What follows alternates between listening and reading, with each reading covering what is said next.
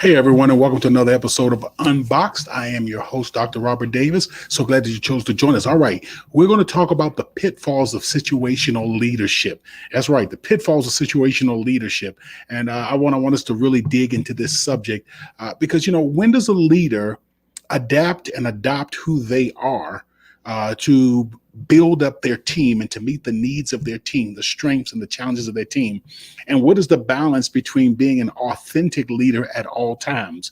In the Christian world, we say, the Apostle Paul said, I become all things unto all men so that I might win some. So again, that $1,000,000 question is, where is that balance between being my authentic self as well as meeting the needs of my team?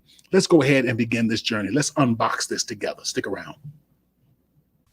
I'm Dr. Robert Davis, family life educator and relationship coach, and welcome to Unboxed, a frank and straightforward conversation about relationships.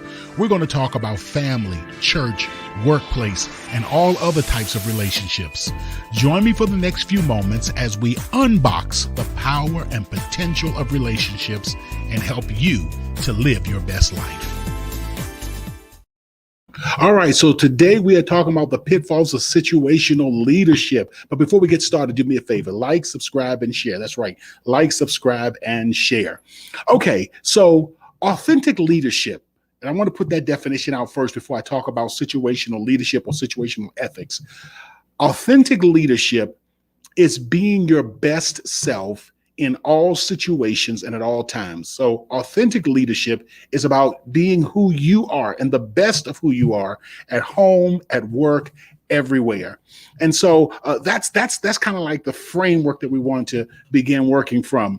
Now, how much of who you are as a leader is determined by the real self?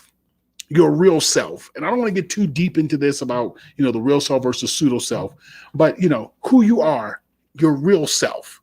That's the leader that you really are. So you can try a lot of these gimmicks and tricks and whatnot, but who you are as a real leader is going to show forth because of who you are as a real person.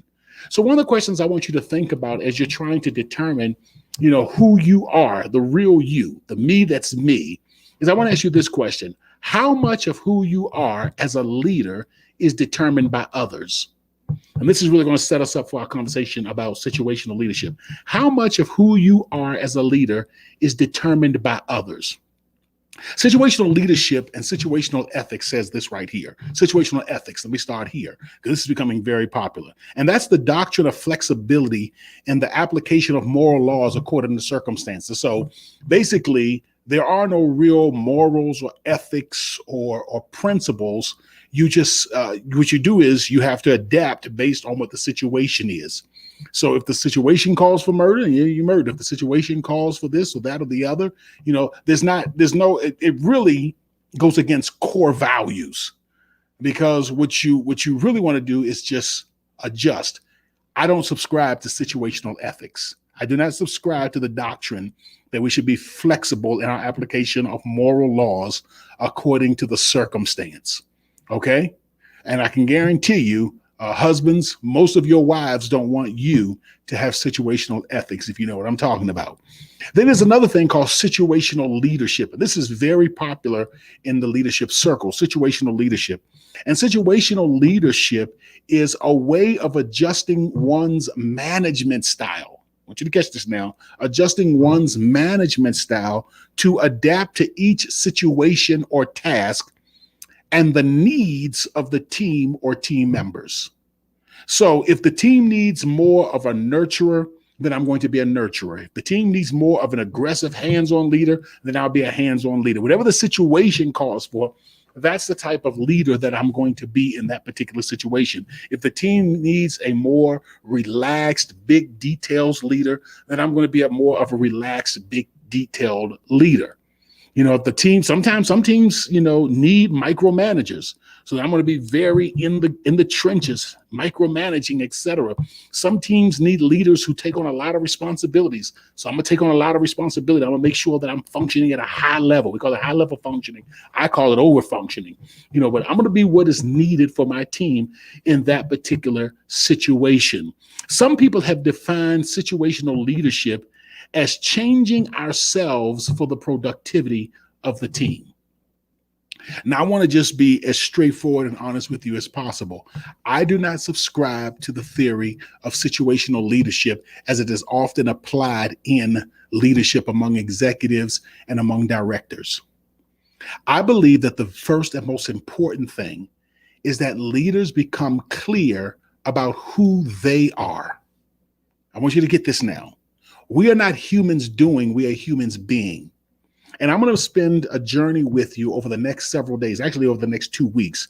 And we're going to talk about really what it means to have guiding principles, what it means to have a core belief system that guides every aspect of my life, both when I'm leading my organization or when I'm leading my family or when I'm leading my community, that really does define who I am, to be a well-defined human being.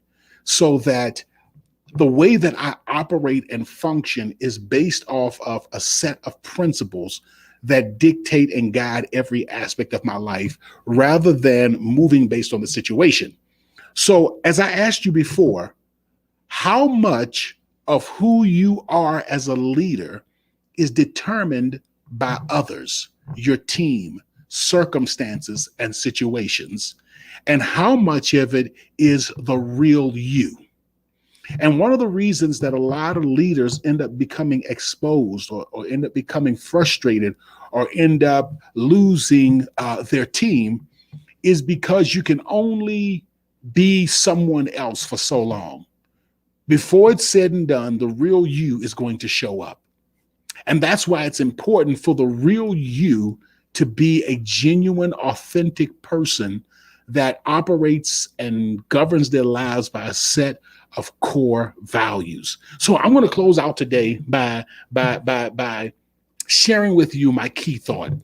I propose, as we begin this discussion about being an authentic leader, as we begin this discussion of talking about, about how we how we be our best self, no matter what the situation, or no matter what relationship system we're in, or no matter, what the circumstances are, being our best authentic self. I propose that before you can figure out what you need to be for your team, you first must figure out who you are for yourself. That's right. Before you can figure out what is needed for your team, you first need to figure out who you are for yourself.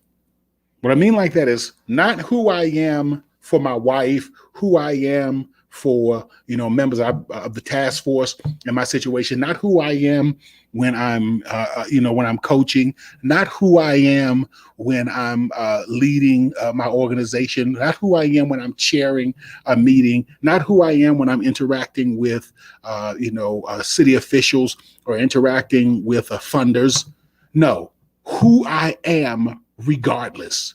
The me that is the real me. And so that's what I propose. I propose that each person really sits down, and I'm not going to just tell you to do this. I'm actually going to give you a set of it, a set of steps on how to accomplish this. But I really propose that all leaders first figure out who they are for themselves before they try to figure out who they need to be for their team. So the question that you have for today was the first one that I proposed to you. How much of who you are as a leader is determined by others?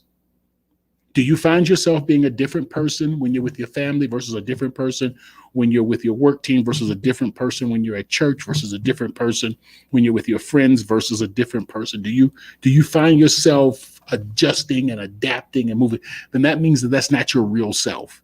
And what we want to do is to create authentic leaders, to unbox the power of your leadership in every situation. What we want to do is we want to unbox the power of your authentic relationships in every single relationship. Stick around. We're going to continue to talk about that more as we go through this week. Until the next time, take care.